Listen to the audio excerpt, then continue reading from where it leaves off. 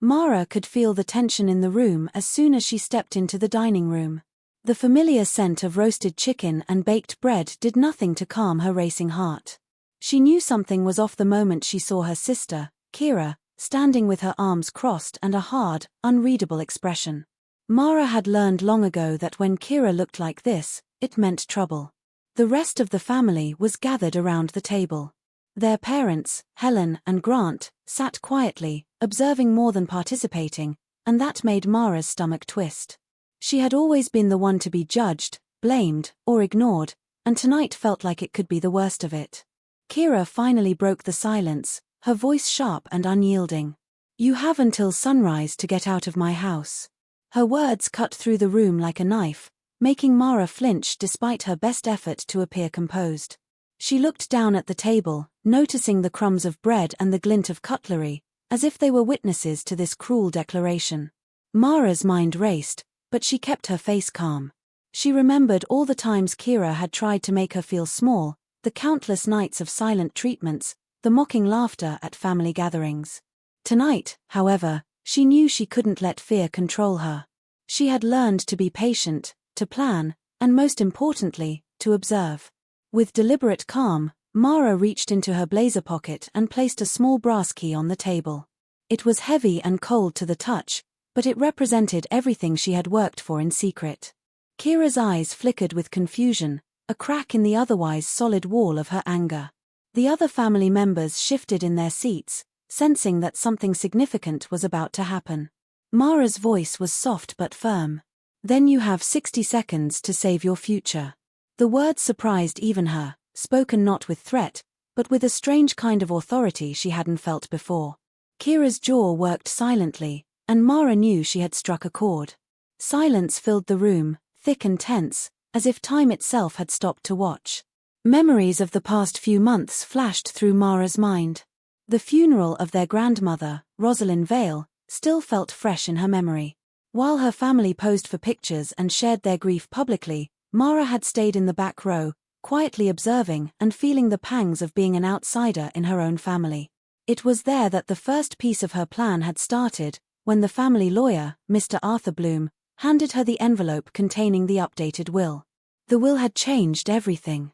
Mara was named executor of the estate, with complete control over properties, finances, and even conditions that could remove anyone from inheritance for showing hostility. The memory of holding that envelope in her hands made Mara's pulse quicken. She had been planning carefully, documenting every incident, every slight, every moment of unfair treatment. Back at the dining table, Mara's gaze was steady. She could feel Kira's anger, the tremor of uncertainty creeping in. Mara's parents exchanged nervous glances, the kind that said they didn't know what to do next. Mara reminded herself to stay calm. Patience had always been her secret weapon, and she had plenty of it. Mara started to speak again, not with accusation, but with facts. Each word was chosen carefully, carrying the weight of truth. She began by recounting the smallest details of recent events, Kira's temper at the table earlier that evening, her own cautious attempts to keep peace, and the subtle ways her parents had encouraged division without even realizing it. The room seemed to shrink, the air thickening with each revelation. Even as Mara spoke, she could see the tiny cracks forming in Kira's confident facade. The sister who had always seemed untouchable now looked uncertain, almost human. Mara felt a strange mixture of relief and sorrow. Relief because for once, she wasn't the powerless one. Sorrow because it had taken years of pain to reach this moment. Every detail Mara mentioned was documented. Photos, videos, even audio recordings were stored securely, waiting for the right time to be revealed. She glanced at the brass key again, the symbol of her careful preparation and hidden strength. She felt a sense of control she had never known in her family. For once, the power dynamic had shifted. Minutes passed like hours as Mara laid out the facts, each one met with stunned silence or whispered disbelief. Her parents couldn't deny what she had captured, and Kira's anger now mingled with panic. Mara stayed composed, her breathing steady, her mind clear. She had rehearsed this moment in her head countless times, and now it was unfolding exactly as she had hoped.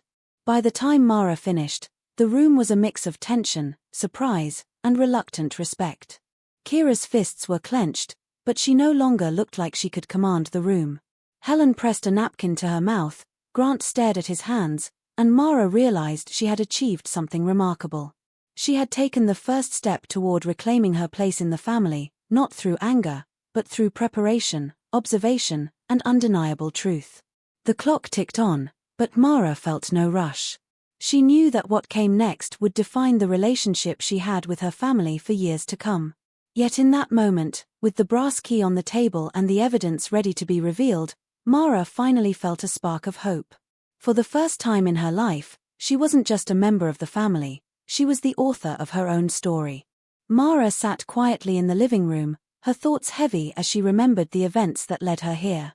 It had been 3 months since their grandmother Rosalind's funeral, the day that had changed everything. While Kira and the rest of the family had stood in the front row, posing and sharing their grief publicly, Mara had remained in the back, feeling the familiar sting of being invisible. After the service, she had been guided by the family lawyer, Mr. Arthur Bloom, into a quiet side room. His silver hair gleamed under the soft lighting, and his wire-rimmed glasses rested carefully on his nose.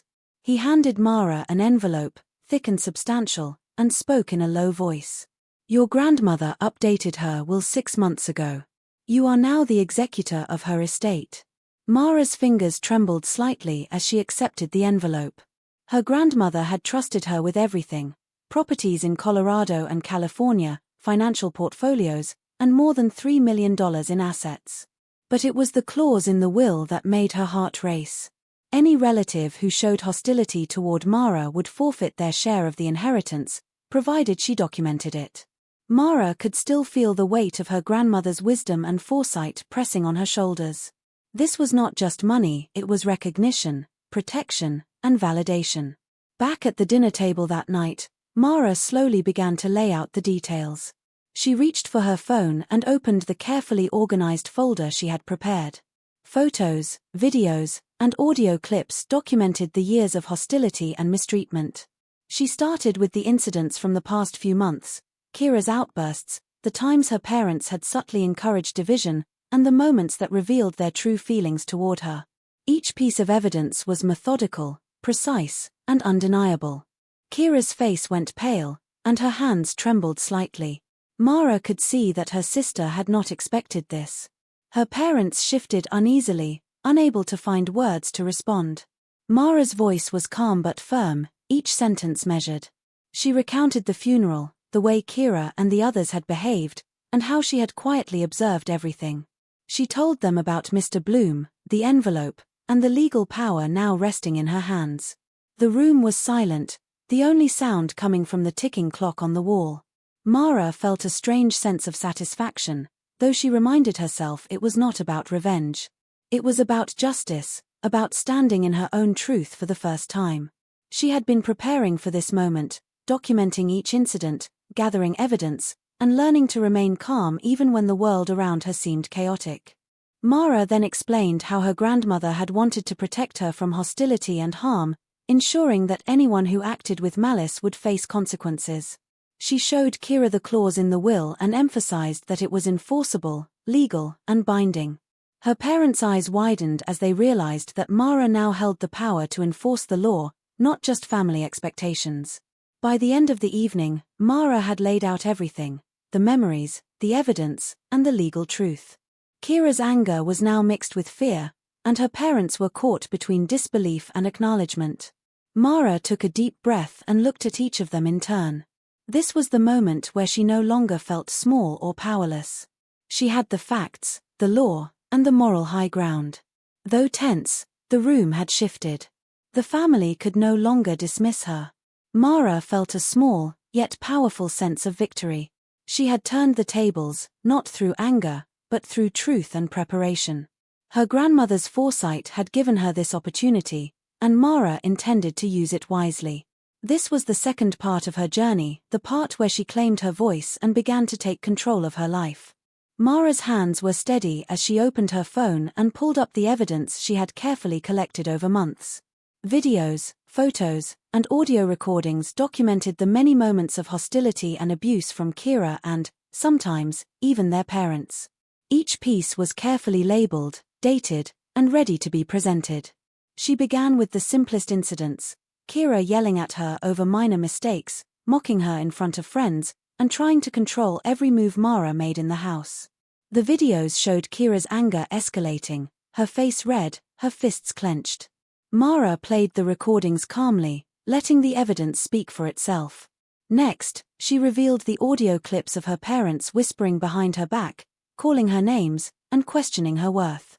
Helen's voice, once loving in appearance, was caught saying that Mara was a burden. Grant's tones, usually calm, revealed subtle approval of Kira's behavior.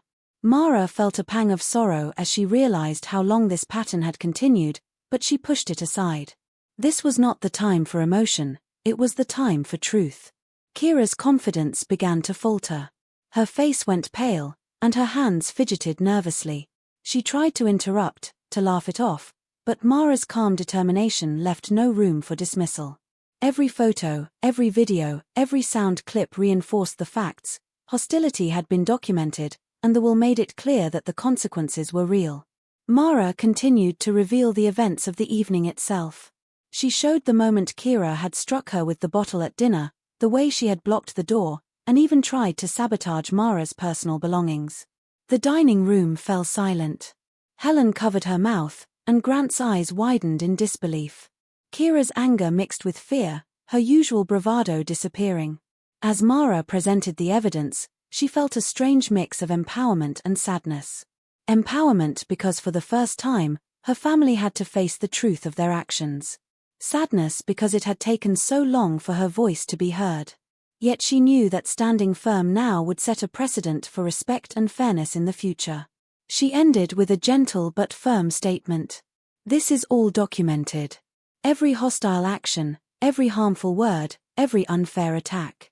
The will makes it clear, any hostility is grounds for forfeiting inheritance. The weight of her words hung in the air. Kira stared at her, unsure how to respond. Her parents shifted uncomfortably, realizing the gravity of the situation. Mara's evidence had left no room for denial, no room for excuses. For the first time, she felt the balance of power shift in her favor. In that tense silence, Mara understood the importance of what she was doing.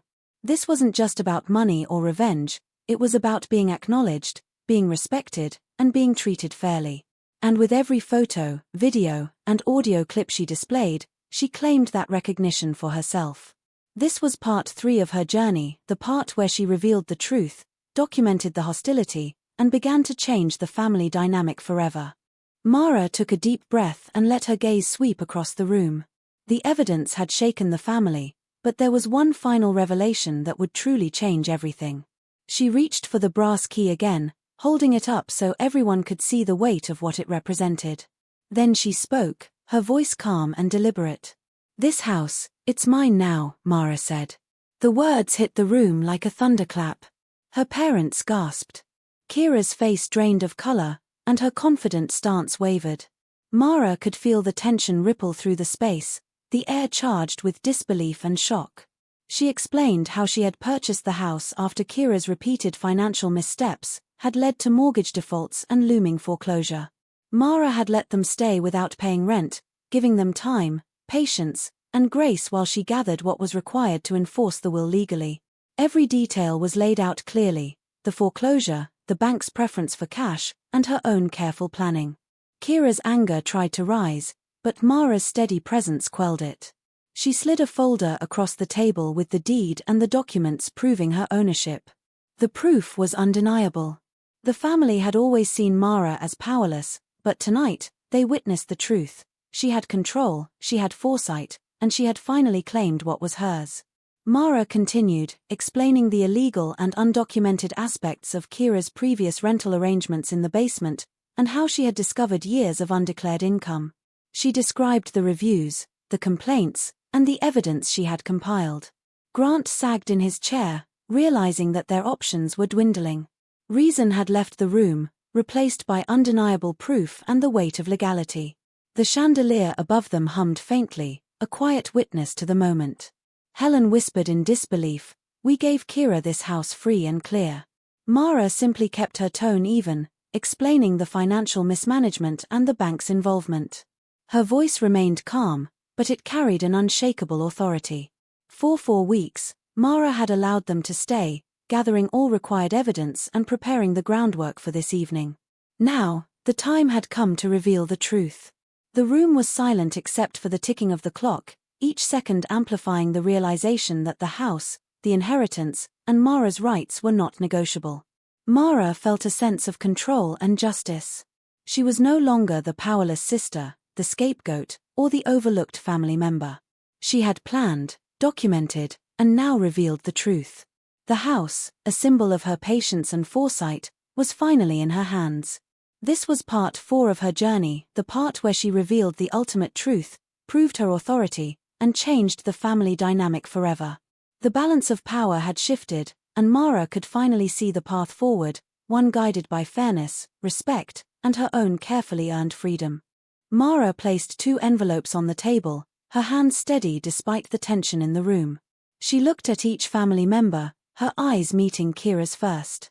One envelope held the full legal consequences if they chose hostility, eviction notices, will enforcement, police reports, and tax investigations. The other offered a path to reconciliation, signed acknowledgements, therapy, restitution, and a commitment to honesty and respect. Kira's face flickered with panic and disbelief. "What happens if we apologize?" she asked, her voice shaky. Mara's expression softened slightly, but her tone remained firm. "You start acting like a family. The will doesn't negotiate with violence, but it does recognize accountability. The choice is yours." Helen pressed a napkin to her mouth, whispering, "We never realized." Grant stared at his hands, silent and shaken.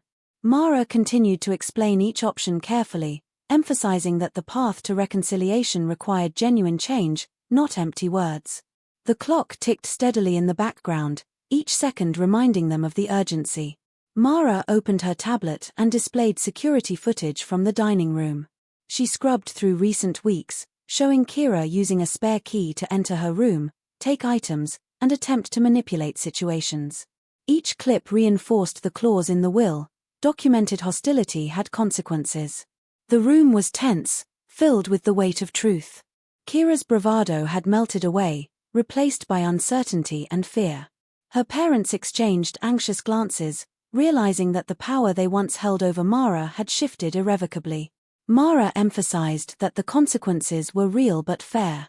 If they chose hostility, she would pursue every legal avenue to enforce the will. If they chose reconciliation, they had to commit to therapy, restitution, and honesty. The decision was theirs, but the responsibility was clear. For the first time, Mara felt a sense of empowerment she had never known. She was no longer the powerless sister, she was the one who set the terms.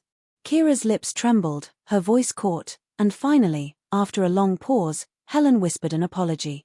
Grant nodded in agreement. Mara could see the relief and tension lifting slightly. The family had chosen, and for now, they had chosen the path that respected truth and accountability. This was part 5 of Mara's journey, the part where she offered the family a choice, laid out the consequences, and stood firmly in her power, showing that fairness, respect, and truth could guide the way forward. Mara felt a quiet sense of relief as the family began to respond. One by one, apologies were offered. Not perfect, not all-encompassing, but enough to mark a beginning. Kira's chin trembled as she said the words Mara had longed to hear, a sincere acknowledgement of her wrongs. Helen and Grant followed, their voices soft and tinged with regret. Mara set clear terms for moving forward. 30 days to vacate the house, 90 days for restitution, weekly therapy, and no contact unless respectful. She watched carefully, making sure the agreements were understood. The room was still tense, but the air was different now, lighter, charged with a fragile hope. Sunrise had come and gone, but it no longer felt like a deadline. It was a start, a chance to reshape relationships and set boundaries that had never existed before. Mara picked up the brass key, feeling its weight, but also the freedom it symbolized. For the first time in her life, she wasn't merely a participant in the family's drama. She was the author of her own story. Walking through the house, she took in every detail, the crown molding, the scuffed floors, the new weathered light of morning. This space, once a place of tension and fear, now felt like her own. Mara knew that maintaining the terms would require vigilance, patience, and courage, but she was ready. The journey had not been easy. Years of being overlooked, dismissed, and blamed had left scars. But tonight, for the first time, Mara felt the satisfaction of balance.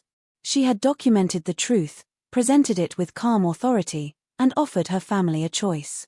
The outcome was fair, and it had restored a measure of respect that had been missing for far too long. As she stood in the quiet house, Mara felt a mix of emotions: relief, empowerment, and hope. She had faced her fears, claimed her rights, and created a path for the future. The sunrise wasn't just the end of a night, it was the beginning of a life where she could finally stand in her own strength, free from the shadows of the past. This was part 6 of Mara's journey, the resolution. A new day had begun, and with it, a chance for healing, accountability, and the start of her own story, written on her own terms.